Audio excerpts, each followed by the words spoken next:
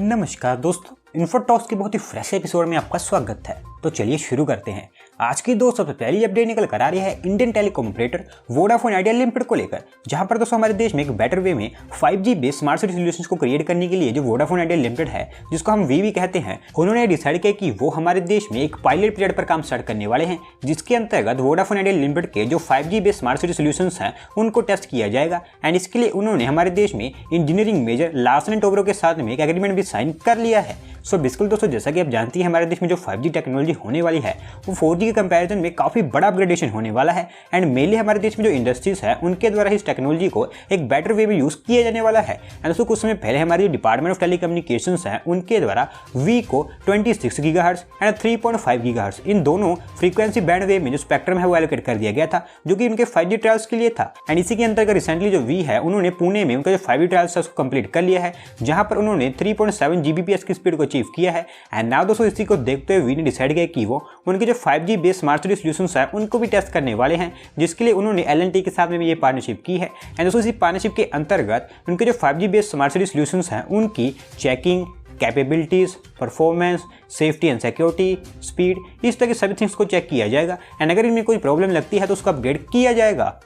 अगली दोस्तों अपडेट निकल कर आ रही है हमारी union territory Jammu and Kashmir से, जहां पर दोस्तों यूनियन टेरिटरी के फर्दर ग्रोथ एंड डेवलपमेंट के लिए जो जम्मू एंड कश्मीर एडमिनिस्ट्रेशन है उन्होंने गवर्नमेंट ऑफ दुबई के साथ में MOU साइन कर लिया है, जिसके अंतर्गत आने वाले समय में जम्मू एंड कश्मीर में real estate, industrial parks, IT towers, multipurpose tower, medical college, logistic, इस तरह के थिंग्स को डेवलप किया जाने वाला है। सो बिल्कुल दोस्तों रिसेंटली जम्मू एंड कश्मीर के डेवलपमेंट के लिए हमारे जो सेंट्रल गवर्नमेंट है उनके द्वारा इसके लिए एक इंडस्ट्रियल पैकेज अनाउंस किया गया था, जो कि अराउंड 28,004 करोड़ रुपीस का था। एंड दोस्तों इसी इंडस्ट्रियल पैकेज के अंतर्गत फॉरेन कंट्रीज की बहुत सी कंपनीज के द्वारा जम्मू एंड कश्मीर में इन्वेस्टमेंट की बात कही गई थी। एंड ये जो MOU है ये उसी का ही एक नतीजा है। एंड दोस्तों इसी के अंतर्गत जो दुबई है वहां से बहुत सारे जो इन्वेस्टर्स हैं उन्होंने जम्मू एंड कश्मीर में इन्वेस्टमेंट करने की बात कही थी, जिसके चलते उनके द्वारा डिसीजन लिया गया है। और वैसे मैं आपको बता दूं कि जब से जम्मू एंड कश्मीर एंड लद्दाख में जो आर्टिकल 370 है वो रिवोक हुआ है, तब से यहाँ पर काफ़ी अच्छी डेवलपमेंट्स देखने को मिल रही है। तो दोस्तों देखते हैं कब तक MOU के अकॉर्डिंग जम्मू एंड कश्मीर में काम स्टार्ट किया जाता है।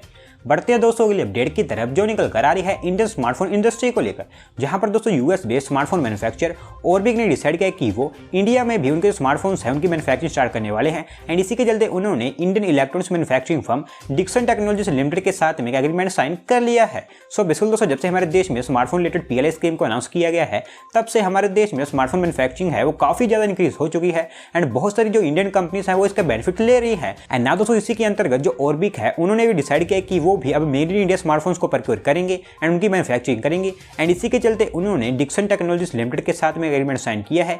एंड नाउ दोस्तों इस एग्रीमेंट के अकॉर्डिंग डिक्सन टेक्नोलॉजीज लिमिटेड की सब्सिडरी कंपनी पैजेट इलेक्ट्रॉनिक्स इन स्मार्टफोन की मैन्युफैक्चरिंग करेगी, जिनकी मैन्युफैक्चरिंग नोएडा की फैसिलिटी में की जाएगी। एंड दोस्तों हमारे देश में पहली बार होगा कि किसी US बेस्ड कंपनी को इंडिया में बने हुए 5G मिलीमीटर वेव प्रोडक्ट को एक्सपोर्ट किया जाएगा।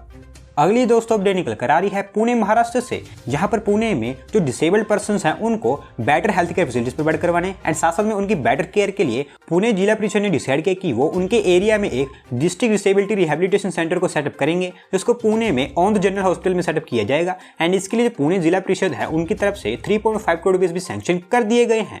सो बिल्कुल दोस्तों जो डिसेबिलिटी रिहेबिलिटेशन सेंटर होगा ये एक यूनिक टाइप का सेंटर होगा, जिसको काफ़ी रिसर्च के बाद में सेटअप किया जाएगा। एंड इस सेंटर की डिजाइनिंग इस तरह की जाएगी कि ये आने वाले समय में 21 डिफरेंट टाइप्स की डिसेबिलिटीज हैं उनको कंप्लाई कर सके। और वैसे मैं आपको बता दूं कि हमारी जो सेंट्रल गवर्नमेंट है उनके द्वारा ऑलरेडी इस ऑन द जनरल हॉस्पिटल में जो डिसेबल्ड पर्सन्स है उनके लिए काम किया जा रहा है। एंड अब ये जो न्यू सेंटर सेटअप किया जाएगा ये इस काम को और भी बूस्ट प्रोवाइड करवा देगा। और क्योंकि इसके लिए 3.5 करोड़ रुपये सैंक्शन कर दिए हैं, तो ऐसे में इसका जो कंस्ट्रक्शन वर्क है वो जल्दी स्टार्ट होने वाला है।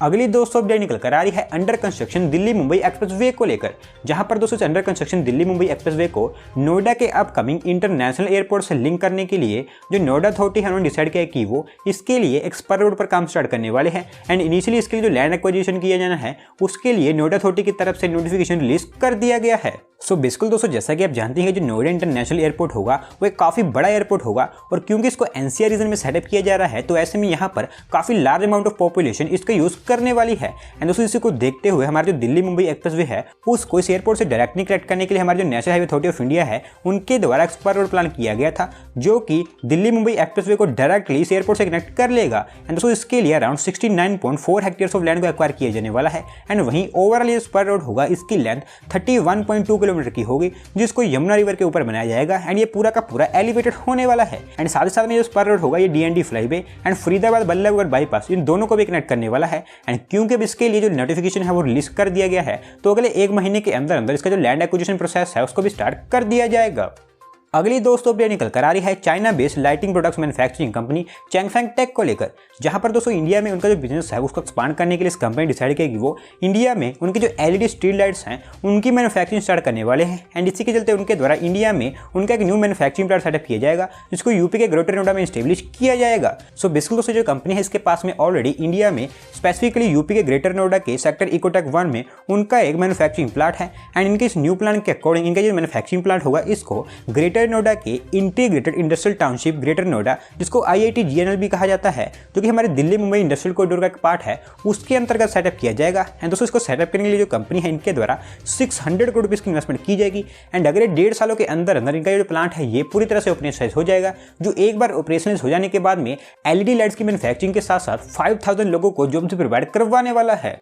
बढ़ते हैं दोस्तों अगली अपडेट की तरफ, जो निकल कर आ रही है Pune based Indian financial service company Bajaj Finserv limited को लेकर, जहां पर दोस्तों जो बजाज फिनसर्व लिमिटेड है इन्होंने हमारे स्टॉक एक्सचेंज पर 3 ट्रिलियन रुपीस का मार्क टच कर लिया है। यानी कि इनका जो मार्केट कैपिटलाइजेशन है वो 3 ट्रिलियन रुपीस पार कर चुका है। एंड ये काम करने वाली ये कंपनी हमारे देश की 18th फर्म बन चुकी है। सो बेसिकली दोस्तों, जो बजाज फिनसर्व लिमिटेड है वो हमारे देश में जो बजाज ग्रुप है उनकी एक सब्सिडरी कंपनी है। एंड ऑलरेडी बजाज फाइनेंस, जो कि बजाज ग्रुप की कंपनी है, उन्होंने ये 3 ट्रिलियन का मार्क पहले ही टच कर लिया है। एंड नाउ ये जो बजाज फिनसर्व लिमिटेड है इन्होंने भी ये मार्क टच कर लिया है। और वही दोस्तों बात करें बजाज फिनसर्व लिमिटेड की, तो इनके जो स्टॉक्स है वो इस साल के स्टार्टिंग से लेकर अब तक ओवरऑल 114% तक इंक्रीज हो गए हैं, जिसके चलते इनका जो मार्केट कैपिटलाइजेशन है वो इतना इंक्रीज कर गया है। एंड वहीं बात करें एग्जैक्ट मार्केट कैपिटलाइजेशन की, तो वो इनका 3.04 ट्रिलियन रुपीस पर पहुंच गया है। और वैसे मैं आपको बता दूं कि दोस्तों ये हमारे देश की 18th कंपनी है जिन्होंने 3 ट्रिलियन रुपीस का मार्क टच कर लिया है। और वहीं बात करें फाइनेंशियल सर्विस सेक्टर में, तो ये काम करने वाली ये हमारे देश की 6th कंपनी बन चुकी है।